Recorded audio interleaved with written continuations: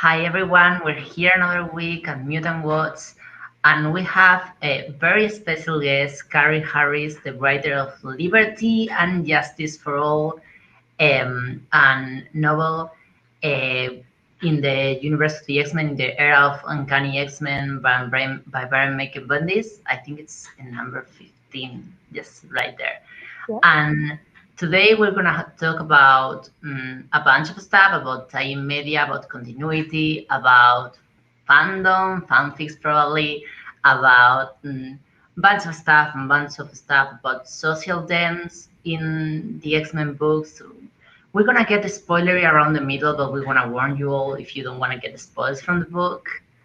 And so, let's go. This week on Mutant Watch.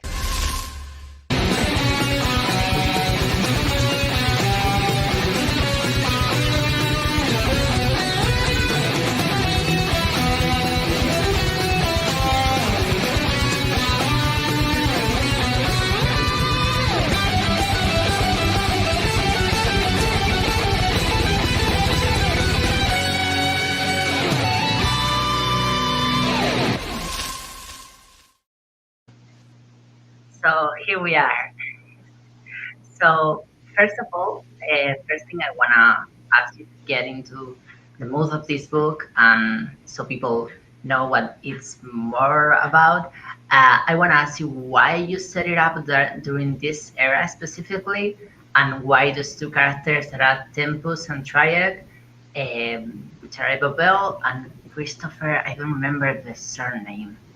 Christopher Muse. Yes, Christopher Muse. I knew it was a band.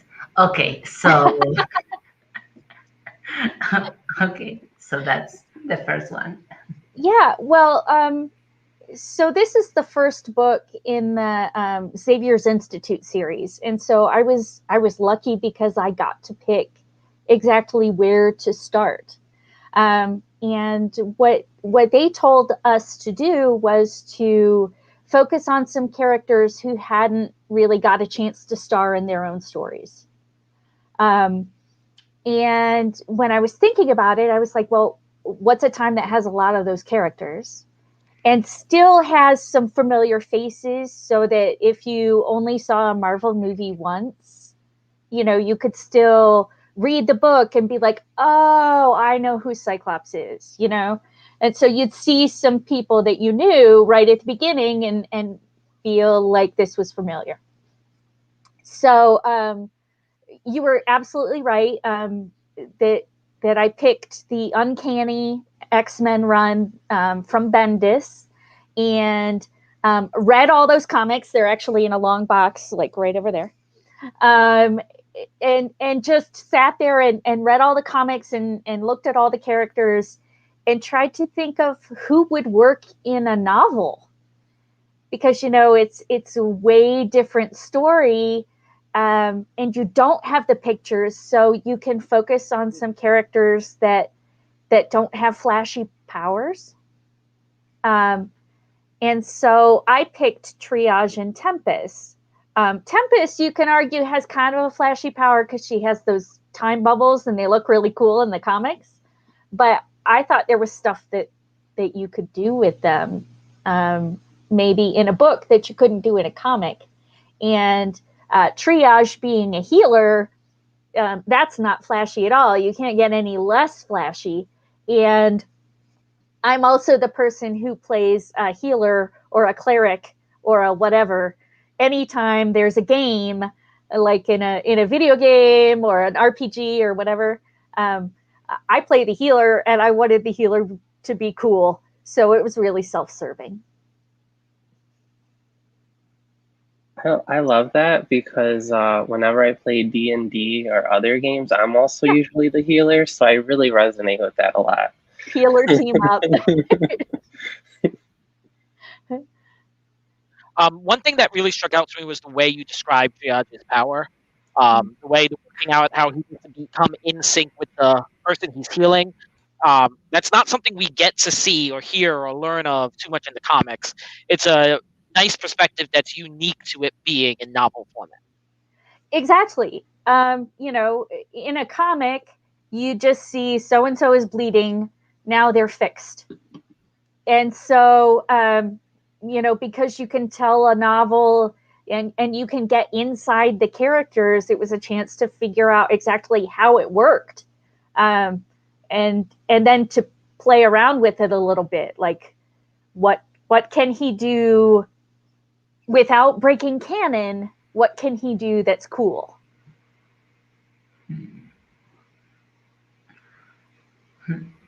Oh, so talking a bit about canon, because this is gonna come up in the conversation a lot, I think. Actually, Gabriel had the idea to ask you about continuity and how to tie stuff together, and I feel like this is a book that is in some like really very exact place, like to Sparrow, and it involves some characters. When we get the spoilery, we'll get more into that. Yes.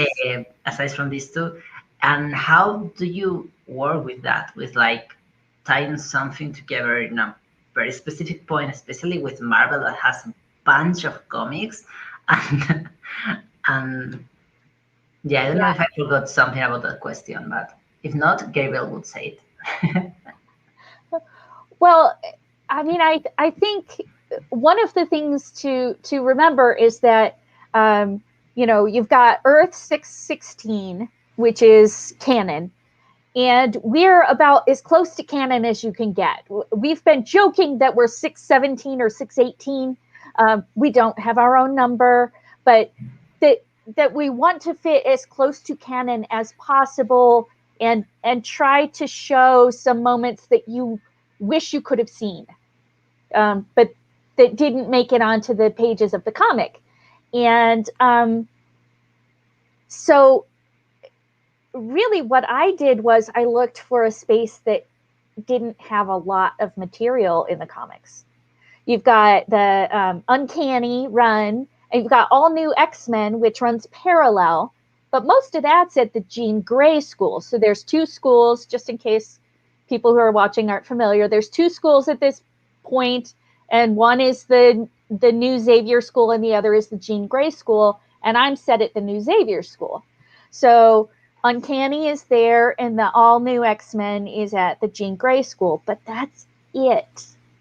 There's not a whole lot else going on with these characters, so it gave me a lot of room to build. And then really it's just sitting and reading the comics over and over and over again and pretending that you're working. It definitely had that feeling of being in continuity. Like, I feel like if I was to go back and reread Uncanny X-Men right now, I could pinpoint exactly between what two issues it took place. And honestly, it even all the way through the end, there was nothing really contradictory about it. So if in next month's X Factor, Tempest makes a comment that references what happens in the book, I wouldn't be surprised because it fits in that well. Well, yeah, and exactly. I found it really helpful to pick an issue. Like, it happened exactly here, and so I know that this happened and this did not.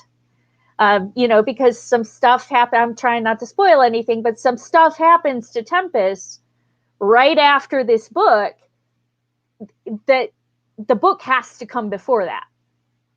And that was helpful to know, like, exactly what I could use and what I didn't have to worry about. So it just came like a doubt, like, so you had the book be in a very like narrow space of time just because of that reason, right? Like the book happens in a very little space of time, like it's probably 2 days, 1 day, something like that. Yep. Yeah. Yeah. So that you don't have to worry about, because everything's happening really fast too in the comics. It feels like every time they turn around, something else is going wrong, or else they're going shopping. Which there's a shopping issue right in the middle of that arc, which is hilarious. But so you kind of have to make it fit, because if it happened over weeks, it would have been referenced in the comics. Hmm. But as it is, they don't have time to breathe. Yeah, totally. Yeah. So, aside from the comics that this book is set on, like that space, what other comics have inspired? What the ideas you have for the book of have inspired some of the things you deal with there? That one I'm not sure if I can answer without spoilering. Oh, Yeah, I mean, there are some villains, and they have their own arc, which is separate from what's happening in Uncanny. And one of the things that I like about the comics is when events from one comic, one run affect what's happening in a totally different story. And so I tried to do that with the book, with characters who I'm not going to name right now because we haven't gotten to the spoiler bit yet. okay, I remember this. Okay. I don't know if you can answer this without the spoilers, but you said a little bit why you picked the heroes of the story, why you picked Triage and Tempest. Why did you pick those villains to have that arc? Well, so there are a few villains. The one who's kind of we call him the grumpy uncle. So he's right. He's the grumpy uncle. Yeah. He's not a good guy. He has the ability to be a decent guy if it serves his purposes. So we'll just say that the grumpy uncle is one of my favorite characters of all time. So, if I was going to write an X-Men book, and I've been an X-Men fan ever since I was a teenager, and I'm old, so it's been a long time. So I wanted to put in one of my favorites, and so I did. It's kind of self-serving. But there's another, like the ultimate big bad villain. There are seeds in the comics that made me pick him. So if you read that line of comics, he appears and then it's not resolved. Because again, they don't have any time. They're just running from one thing to another and trying not to die. So it was intriguing to me to see what would happen afterwards and how the experience of coming face to face with somebody who could have really killed them is going to affect them later, especially if they have to face him on their own. I think I managed not to spoil it, but maybe I just didn't. I don't know. You did great. Oh, good. So, when you were a teenager, what comics did you start reading? What X-Men comics did you start reading? I actually started with the TV show, the cartoon, because my tiny little town. Yeah, you too. Yes. I loved it. And my tiny little town didn't have a comic shop. I had a bookstore, and they had one spinny rack of comics, and they would just pick random stuff. Like, I don't think they were comic readers, and it was never in order. So I would read, like, whenever there was an X-Men comic, I would buy it, but I would get like issue 2 and then issue 7 and then issue 16. And I just had to make up what happened in between because, of course, you didn't have the internet because, again, I'm old. So you couldn't just look it up. So I did read comics back then, but it was a little bit of everything. Could you tell us about how you explore identity with the two lead characters? Ooh, that's a big one. Yeah. Yeah. Well, I think, I think each of the characters, and one of the things that you can do in a novel, again, is to really get into their heads. Mm-hmm. And I thought that Triage and Tempest were an interesting pair because their experiences are so different. You know, Tempest, she's close to her mom because they go and see her in Uncanny. She's got a brother, but they're not particularly close. You actually see him in all new X-Men. He's kind of a jerk. And that she's Australian, and that she has idolized Captain America ever since she was little.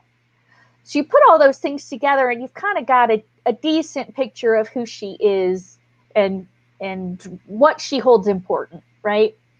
Triage is more of a blank slate. He doesn't really have much of an established family.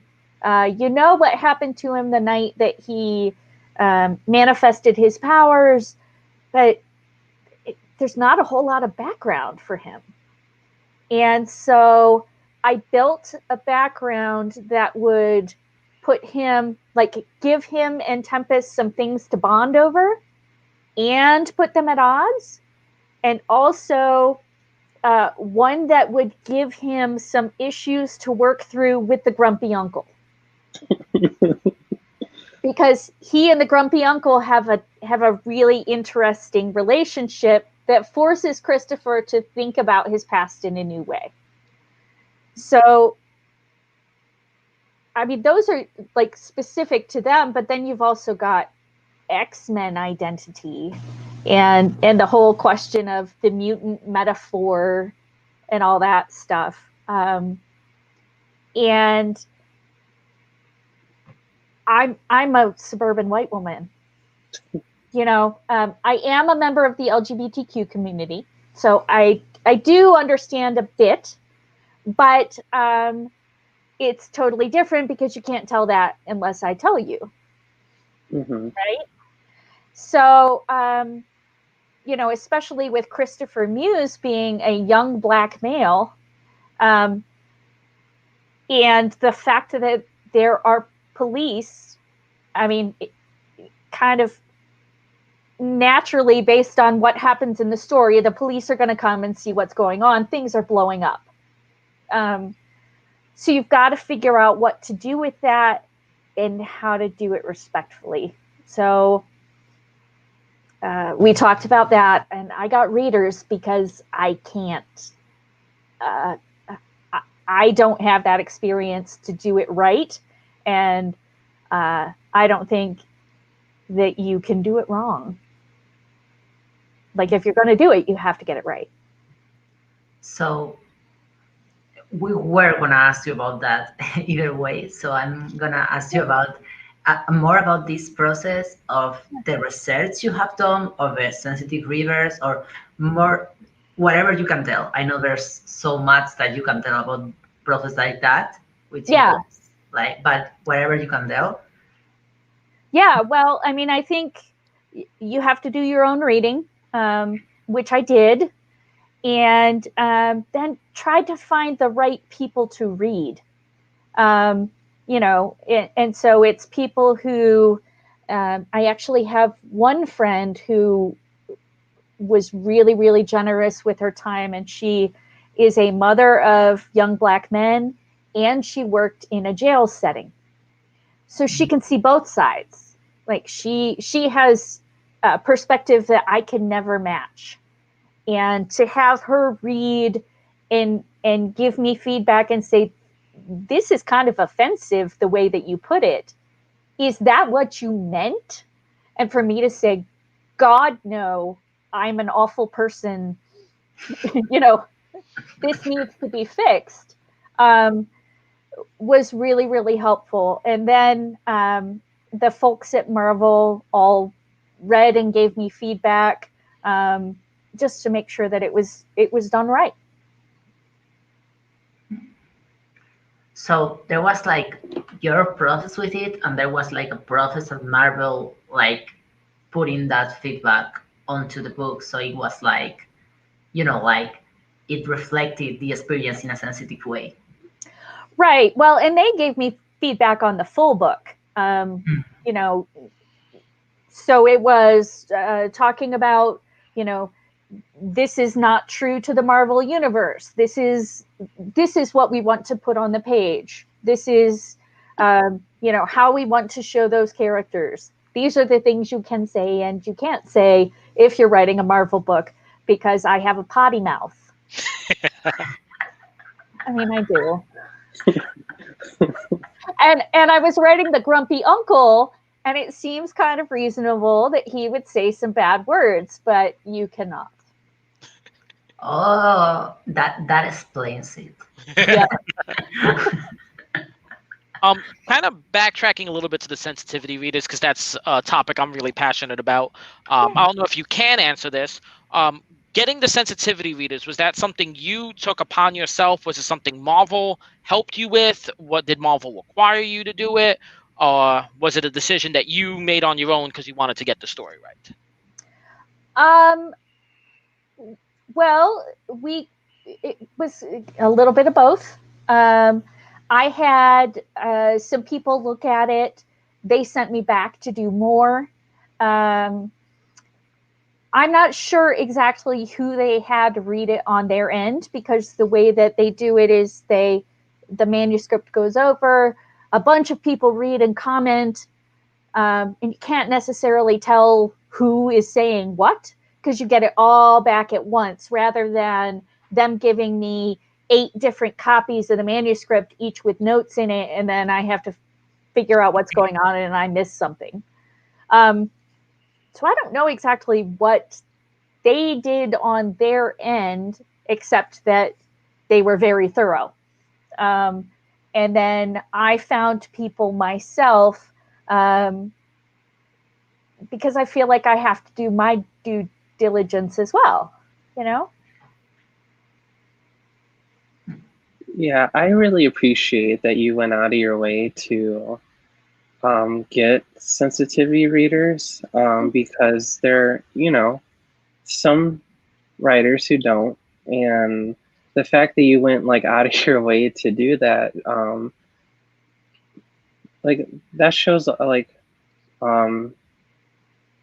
how good of a person you are Well, for caring that, how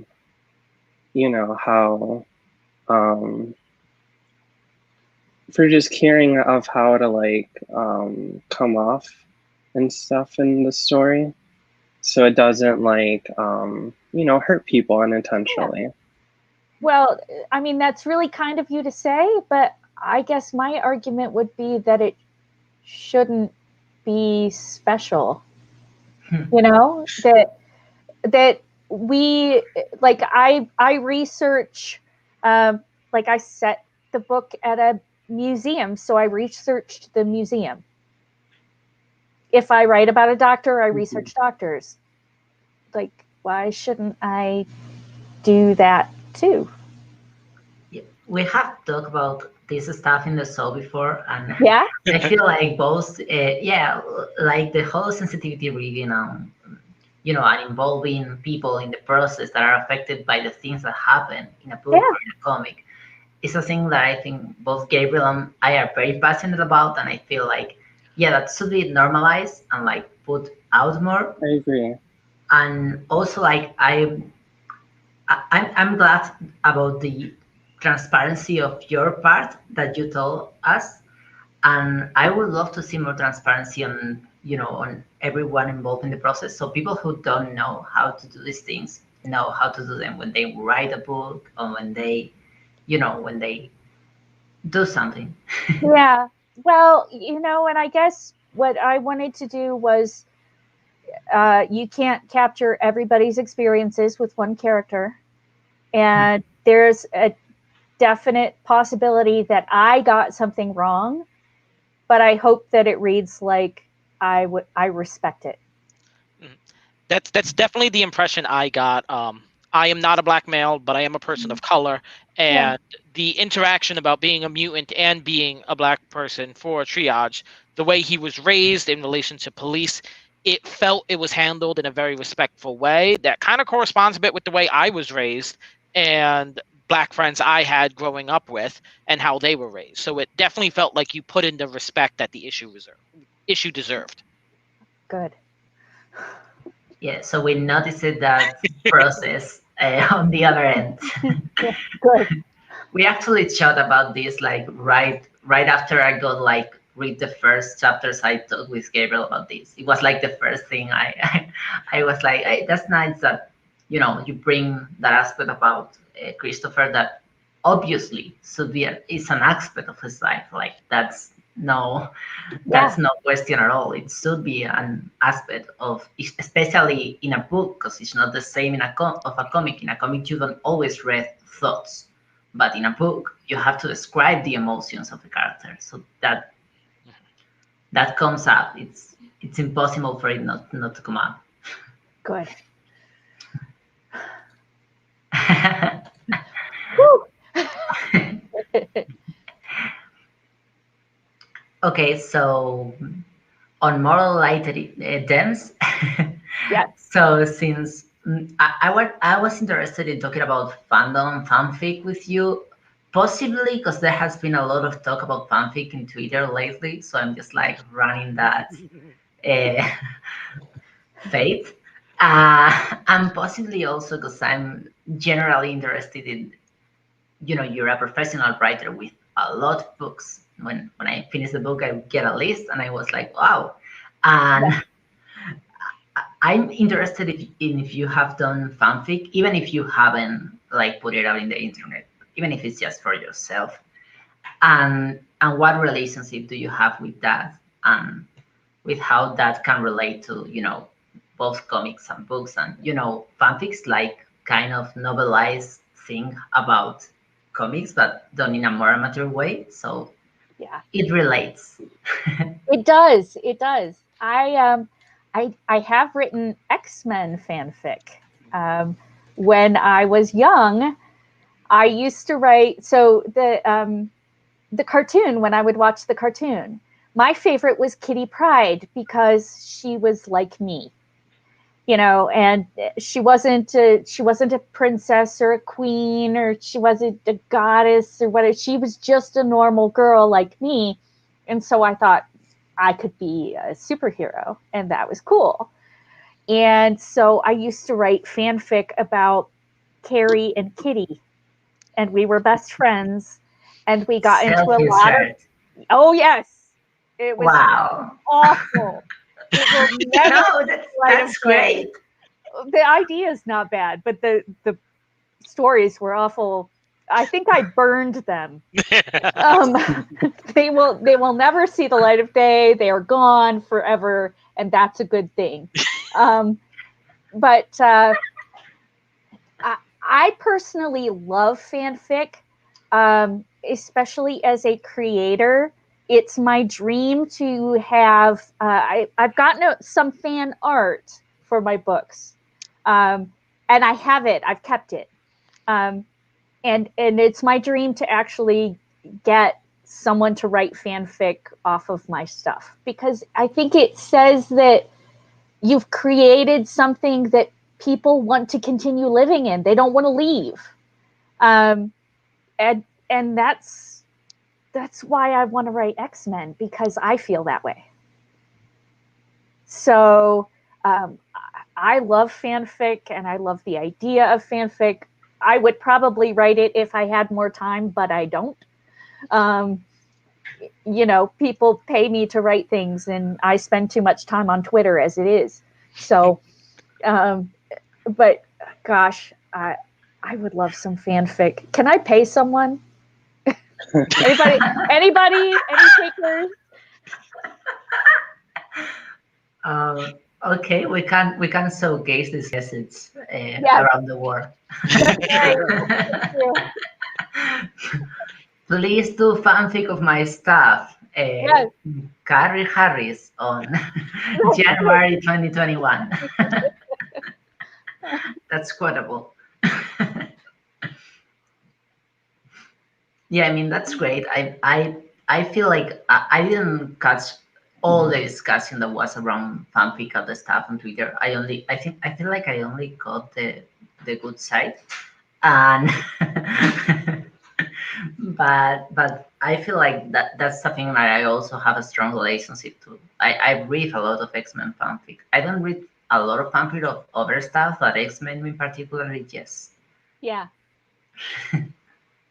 I also used to read a lot of X-Men fanfic, particularly when I was younger, especially because back then fan fiction was the only way to find queer X-Men content anywhere.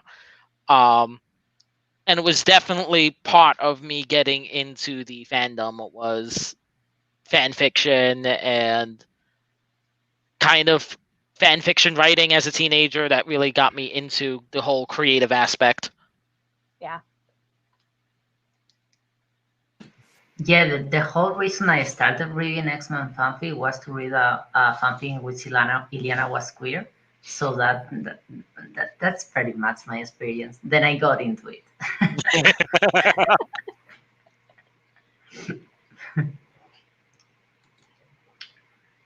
Okay, so oh, before we get into the spoilery stuff, which I think could be pretty soon, so we can talk about Grumpy Uncle and etc. Uh, uh, what social themes are you interested in talking about if you get another X-Men book sometime? I'm asking them pretty widely because I know the whole telling stories is not cool because then you can do them, but social themes. Yeah. Well, I mean, I think there's still a ton of stuff to be talked about with what it means to be a mutant, because that answer varies from person to person. And I loved getting to see what being a mutant and being a member of the X-Men meant to Tempest, because for her it was like a dream come true, right? But then for Triage, it was very different. And I think there's a way to talk about um, personal identity in a lot of different ways if you're talking about new mutants right after they've manifested their powers and they're trying to figure out who they are.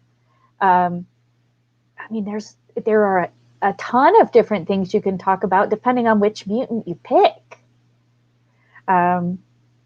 So I actually have a couple in mind, but I can't tell you that one. And what characters would you like to write? That's an easy one. It's only characters. Oh yes, yes. Well, anyone who has been anywhere near me on Twitter knows that I am a huge Dazzler fan. I love Dazzler. I want to write Dazzler with the fire of 1,000 suns, or with the light of 1,000 suns, I guess, because that works a little better. So I'd really, really, really, really want to write her. I'd also love to write Ilyana and Colossus together, because the brother sister bond, and we have so many romance. Everybody's hooking up all the time, and I want to see the siblings. I want to see them bicker and push each other to be better, and all those things and really Ilyana would poke at Colossus all the time, and Colossus would be all Colossus-y. That would be really cute. I want that so bad. I don't think I've ever seen Duna's face light up so quickly in one of these shows. You have my heart and my money for that. No, for real. I thought there was a pitch sometime by, I think, Thad Thompson and Lonnie Nadler did a pitch for doing a Iliana and Colossus, also kind of Russian mythology book. Yeah. But Marvel didn't pick it. I don't understand that. And and when you say an Iliana and Colossus book, I just remember that pitch first of all. Oh, and yeah. then it was like, yeah, I would love that. I think that's a bond that hasn't been like greatly explored, and that's weird Yeah. because it's pretty central to a lot of stories. Yeah.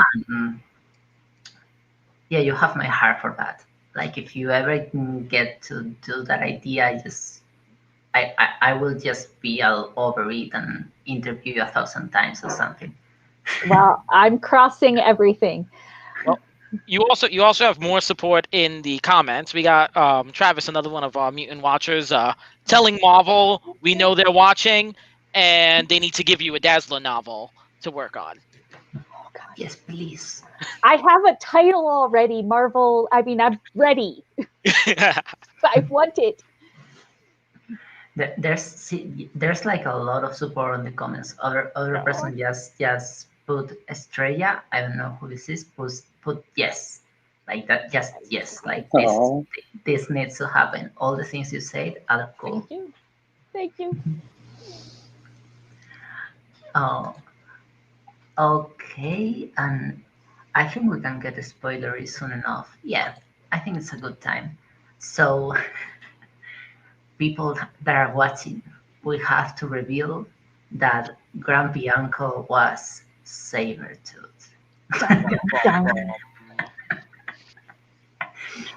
And okay, so first I want to ask you about the main. I feel like one of the main themes of the book that I'm pretty interested in your take on is like family and conflicts within the family, because we also had Great and Creed right there, and that's a curious pair. Yes. and well, I want to ask you how you you have said in here a couple of times about the mutant metaphor and all the stuff. We love to talk about that and how you see that related to the themes of family and like kind of this rejection or that these characters face kind of this. It's not necessarily rejection because it's also like bonding, but like this double facing bonding that is difficult to deal with, that is family. I don't know, just talk about that. Yeah. Well, I think really the character who has the most interesting family journey to me is Christopher, because he's not close to his father. He feels rejected by his family. We don't really see that, so you don't know how much of that is a real rejection and how much of that is his perception. But he definitely feels like he's not supported by his mom, and his dad was not there for him and is now gone. So there's no chance to resolve this. And along comes the grumpy uncle, who he fills a father role. I mean, he's Graydon's father, although the younger X-Men don't realize this at first. But so he's also the one with experience. He's the one who knows how to do things. He's a grown up and they're college age, and so he's kind of the dad. He does not want to be the dad at all. He wants these young whippersnappers to get off his back and let him do what he wants, and they keep telling him he can't kill things, and what fun is that? But his relationship with Christopher helps Christopher resolve what happened with his own father, and I would argue it also helps Sabretooth resolve what's happening with Graydon. And part of the reason that I wanted to see that was because, later on in the comics, Sabretooth, try not to spoil too much if you haven't read that arc because it's so good. And that's the arc that I was talking about that I read in the comics a lot. But Sabretooth makes some pretty major sacrifices for Graydon. We'll just say that. And, yeah? No, me and Duna was actually just talking about that a couple of hours ago when we were talking about how smoothly it fits into continuity. This story can kind of be seen as a stepping stone to where Sabretooth is, because I believe you're talking about Weapon X. Yeah, in that Weapon X story and how that turns out for him. Yes. So, and And really, it was me wanting to know how Sabretooth got to that point. Because he's not a sacrificing kind of guy. That he's usually out only for himself or for things that are his. It's kind of that, like, I can mess with you, but if anyone else messes with you, I'll rip their throat out. You know, and I would argue that Sabretooth feels that way about Graydon, but almost despite himself, Triage and Tempest, he kind of starts to feel that way about them too. They're his, and he can betray them or hurt them or whatever, but nobody else can. And I found that really interesting. Yeah, and one thing I found like very very achieving of a book is that it happens in one day, but you really feel like these characters get to like connect and like you feel like they care about each other at the end of the day, which is somewhat weird, but also like really selling it. Yeah, well, and it makes me think of like I used to go to camp when I was a kid, and you would start out not knowing anyone, and by the end of the day, you had a best friend, and they were really your best friend. It's that intense, everything's happening so quickly that it forges bonds that you wouldn't normally make. And I'm assuming at camp you don't even have T-Rexes chasing you, so that has to just amp everything up. Well, at my camp we did. Although T-Rex is chasing you, it's a little camp. And sorry about that joke. Oh, so okay, before we get more into characters and relationships, I want to ask you if the whole museum T-Rex chasing you, the Neanderthals coming back to life, and that everything has any particular inspiration. For me, it reminded me of old X-Men comics that did very weird stuff, and then by the end of the arc, everything was undone and was just fine. Well, I started out wanting them to be able to fight something other than the big bad guy and Sentinels. Because that gets monotonous. If you're fighting the same things over and over again, you got to do something different. And I was born in Chicago, so I thought it might be a little easier to set the trip. They fly in the X-copter, and I thought it might be easier to set the trip in a city that I knew.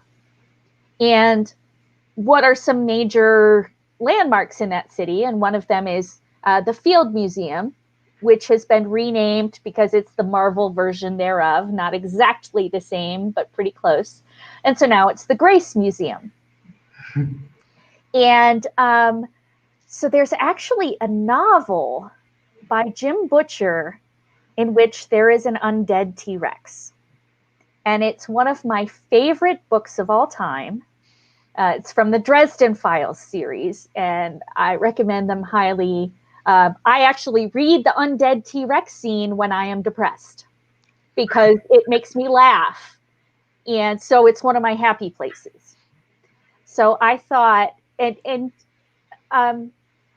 it's kind of my little bit of fan fiction because this is very different from what happens with the undead T-Rex in that book. They're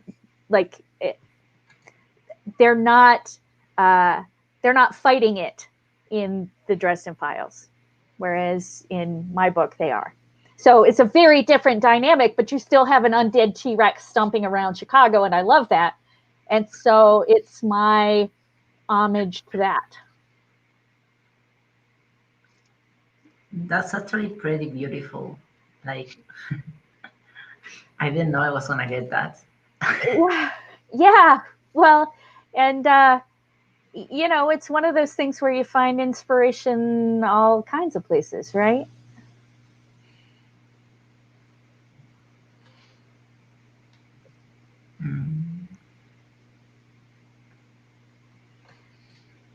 So when Gabriel and I were talking about getting a little more into continuity now that we can spoil everything and we can talk Yes. about that more, when Gabriel and I were talking about the book, I realized one thing, and it's that at some point of the book where Craven appears, I was like, oh, these characters don't know who this is, but I know who this is.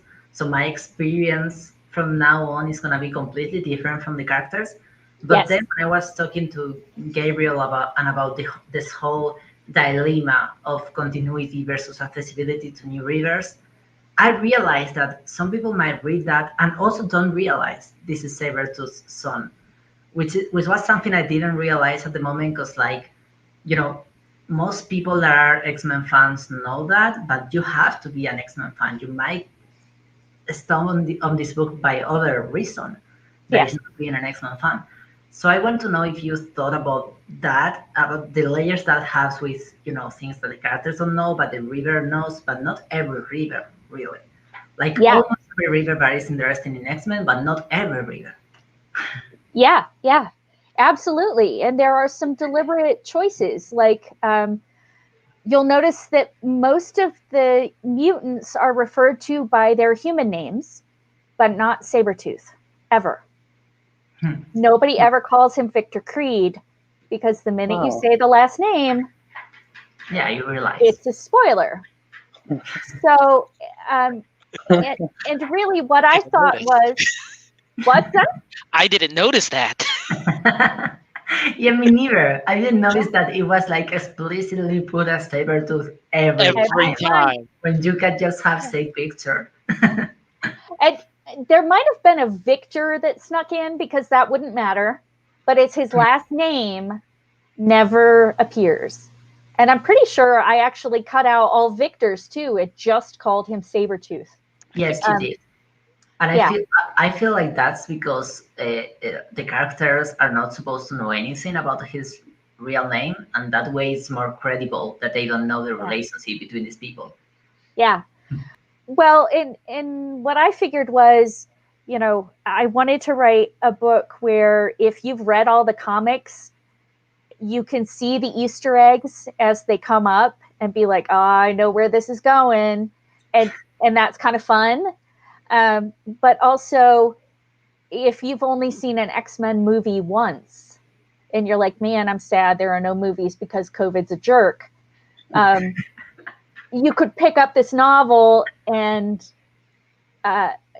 be surprised by the reveal. So you've got to try to write a book that works for both audiences. So yeah, I was absolutely thinking about that and trying to make sure that if you knew, the story would still be interesting. I'm kind of going off what Duna was saying about keeping with continuity, but making the story accessible. The Bendis era is a very, very complicated time in continuity. Yeah. Just say there's two Cyclopses of different ages. Jean Grey is dead and she's not dead. It's right after the whole Phoenix 5 thing. There's references to M-Day. Yep. How did you decide what parts of the continuity that you should put in there for back information, and which ones to leave out? Like, for example, you mentioned M-Day, but I don't think there was any reference to the Phoenix 5. How did you decide what to leave out and what to put in? I actually drilled, that's a really good question. And I actually drilled really hard in on Uncanny. Because, like in Uncanny, it's got only the characters that appear in this book. There are actually a couple more people around. If you read All New X-Men, which the stories are happening in parallel, you realize there's more time displaced mutants. There's all these other people who are floating around and show up pretty much right after the book is over. But I drilled in really hard on if you could read and understand Uncanny by itself, and I drill in really hard and show what's there and build on that, this should be understandable. M Day, I think, is important to mention because it explains why so many people that you would expect to be there are not there. So it had some bearing on the story. But otherwise, if it didn't, I only dropped little bits. Like with Emma, Emma Frost and the Stepford triplets, there are a couple of mentions of past and what's gonna happen when things eventually come to a head, which you get to see in the comics, and it's awesome. But that's it. You know, because I wanted to make the nod to the fact that it's a part of a greater story, but not muddy the waters too much.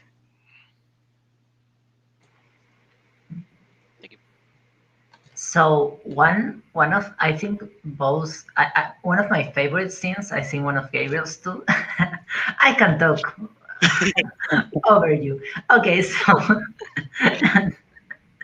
so is the scene in which Emma stabs herself.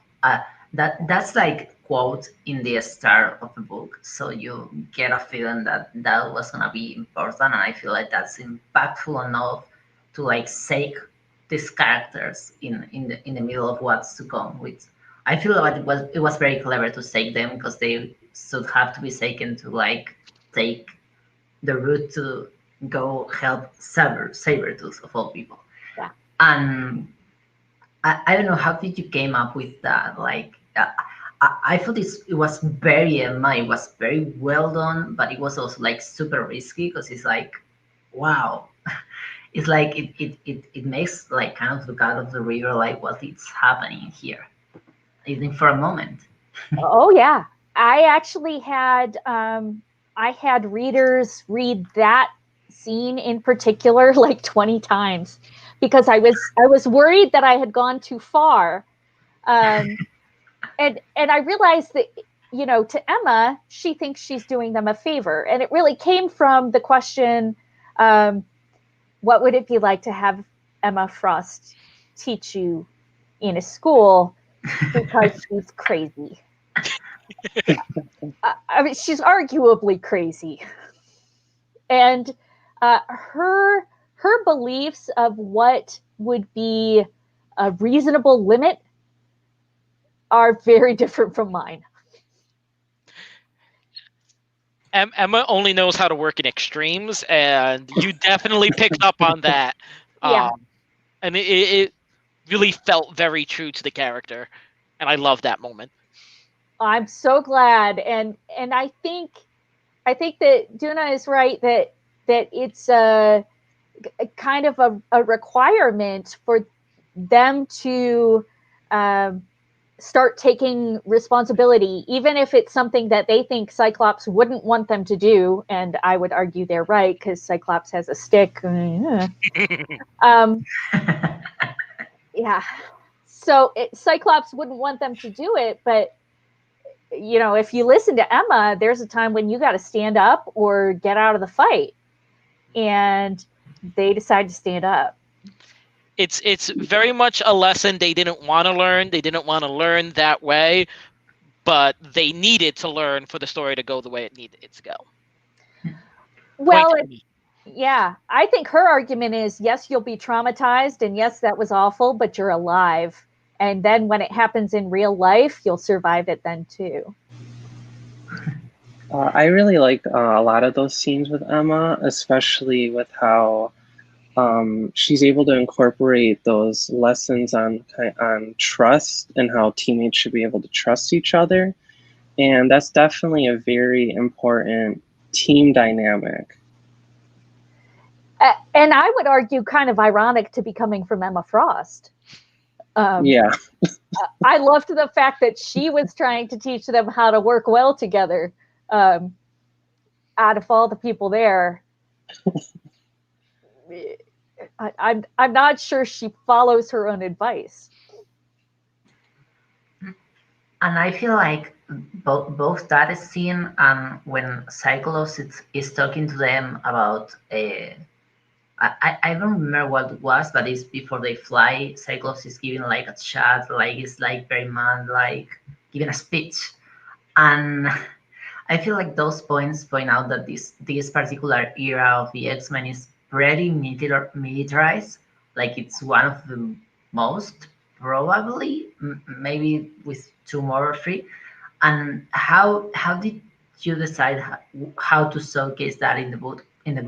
Because it's one of the moments in which most feels like mutants should be kind of soldiers from when they are kids, which is like a thing that has always had, some pretty controversial part to it. Yeah. And I feel like you put that in the book, like their conflict with having to be like militarized from existence. Yeah. Well, and when you read that era of the comics, almost every single comic has somebody, usually Cyclops, saying, "We're at war. We're at war. We're at war. We're at war." And I thought I liked the idea that we're writing a series based on Xavier's Institute, but it's not the institute that you think of when you think of that. You think of the mansion and the X-Jet coming up from underneath the basketball court and all that, right? But this is not that at all. This is disorganized. The food is awful. The teachers are all like a step away from complete insanity. Everybody's upset. And Cyclops firmly believes that if they don't fight, they're going to be exterminated. They're at war. So how does that affect the kids? I mean, they're not kids. They're college age. But how does that affect the students? And how scared would you be? And I think you get that with Emma, but you also get that with Magneto. He shows up and scares the crap out of them, and he doesn't do anything. He's just creepy. He's just there. Which makes sense. Yeah. Yeah, I mean, I love Magneto as a character, but I feel like showing Magneto from the perspective of two characters that are just new to all of this, it makes a lot of sense. He'd be very creepy. Yeah. Well, I mean, if all you've seen is, what's on the news and he's killing everybody and he's a bad guy and then he's giving you lunch, I'd be terrified. I'd be terrified.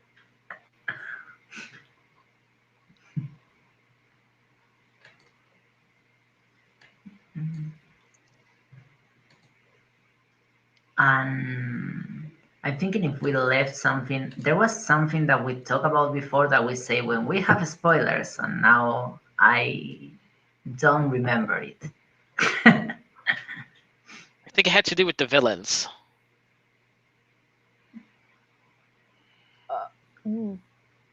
Yeah, I vaguely remember, but now I don't remember what I was going to say.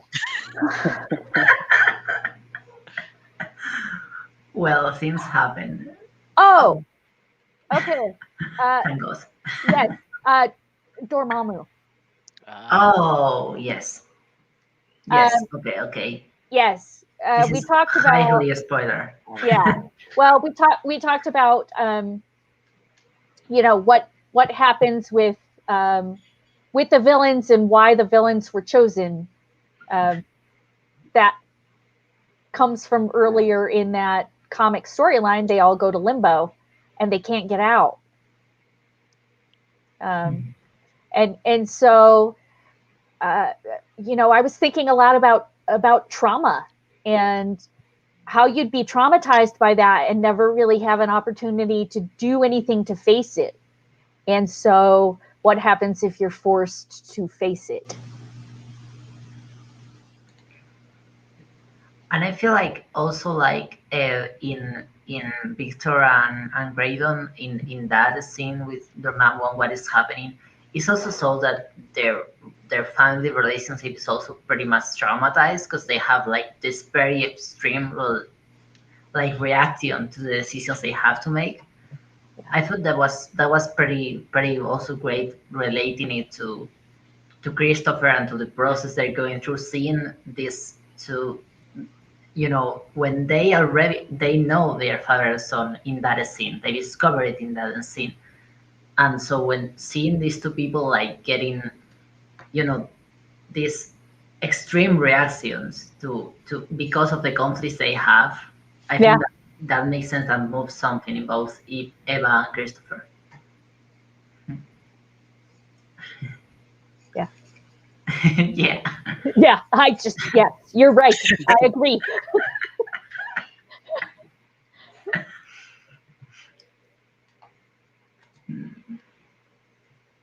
So I think we covered everything we wanted to ask you, and it was a lot of fun. We were very interested in like the the Sabretooth and that choice. I thought it was a surprising choice. I didn't see that coming in the book at all.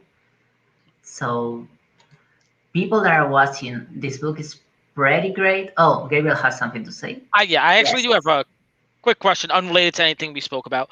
Yes. So you wrote this book, which is based off of a comic book. You have your own books that you did write, and you also have a graphic novel that you wrote as well. What's the difference in the process between writing in these three different forms? Whew. It's huge. I really love writing licensed books. So writing for Marvel. I've also done some writing for RPGs and things like that. Because you have a starting point. And there's also like when I approached this one in particular, what I thought of was, what do I love about the X-Men? I want to write that. So you're writing what would please you as a fan. And hoping that the things that you love about it are the things that other people love too. Which for me is mostly Sabretooth being a jerk. But when you're writing your own book, you don't have that to start with. So, the process is much more organic in that you're coming up with the characters and the pulling out the things that you love from nothing. But usually what I do is kind of similar to this, in that I take two things that don't seem like they should fit together and I mash them together. So I took the students and I took Sabretooth and Graydon and that storyline and mashed them together to see what would happen. I think the graphic novel was probably the most different because it's a completely different style of storytelling in which, half of the story is told by the words and half of the story is told by the pictures. So when you're writing the script, you're trying to describe those things that you haven't put in words in a way that the artist will be able to translate them. Because I can't draw at all. I've tried, and it's really awful. My dog thinks it's awful too. If you can hear him growling, it's just that bad. I relate to that. Yeah, so you're trying to describe in words what the artist needs to convey in pictures. And it was really cool. I would love a chance to do to do more comics or graphic novels or that kind of thing, because it's different writing muscles. So what I'm hearing is, instead of a Dazzler novel, they can just give you a Dazzler solo series and you would still be happy. Well, if we're going to be demanding, I have both. I mean, we could have another Dazzler graphic novel. I would be up for it. I would love that. Anything Dazzler. I'll write a cereal box with Dazzler on it. And in the graphic novel, is it? I think you haven't read like comics for serialized comics, solely the graphic novel. Is there are similarities? Because I think there's more like when you write for a comic, you have more like you have to do the script this way. But maybe for a graphic novel, you have more liberty. I don't know. A little bit, because you don't have, a comic is so many pages. right? And you have to end at a point that will make people want to pick up the next one. So the story beats where things need to happen and how many pages you have to get there is pretty set. Whereas with the graphic novel, and I actually wrote, my graphic novel is called On the Wall. And I wrote On the Wall as a graphic novel and also as a series of comics to see which one would work better. But it's kind of, the idea is it's about superheroes because I love superheroes, but I wanted them to fight something real world. So instead of, people with flaming heads and sorcery and all that stuff, it's a peeping Tom. Oh. It's just an average creepy guy. And, if you're a superhero, you got to deal with that too. And how do you handle that?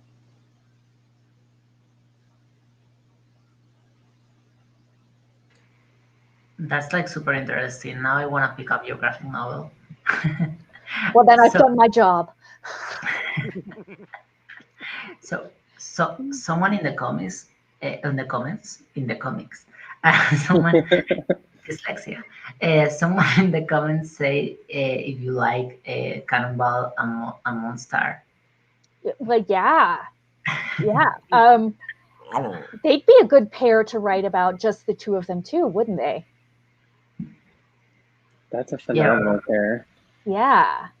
I mean, of course, you see them some in the comics, but just the two of them would be interesting. I like how you think. Yeah, totally.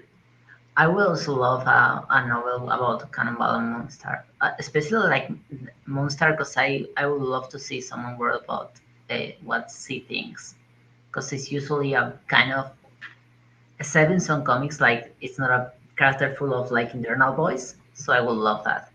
Yeah. So I think we're done doing asking all the things we want to ask, and thank you. Oh, if you have another question, if someone has. Okay, so thank you so much for coming chatting with us, and this was super fun. Oh, sorry, I wonder what that was noise. It's your dog. It's my dog making his demon noises. I was wondering if that was Dormammu. And the newest plot twist. Dormammu wanting to ask a question. Why do you villainize me so much? That's terrifying. And people like pick up Carrie's book. It's pretty good. Oh yay! Yes. It still hasn't arrived to Europe. But it's really good, and what you get a feel here of what we talk about is what you get a feel of in the book. So that would do it. And thank you so much for coming chatting with us. It was super nice. And before we go, I want to give a shout out to our sponsors, Frankie's Comic, Carson Corners, and Lemon Juice Comics, which help us with the base and everything. And they have some pretty cool variant covers stuff and sell merchandise and etc. And and well, for real, thank you so much, and bye. Thank you. Bye-bye.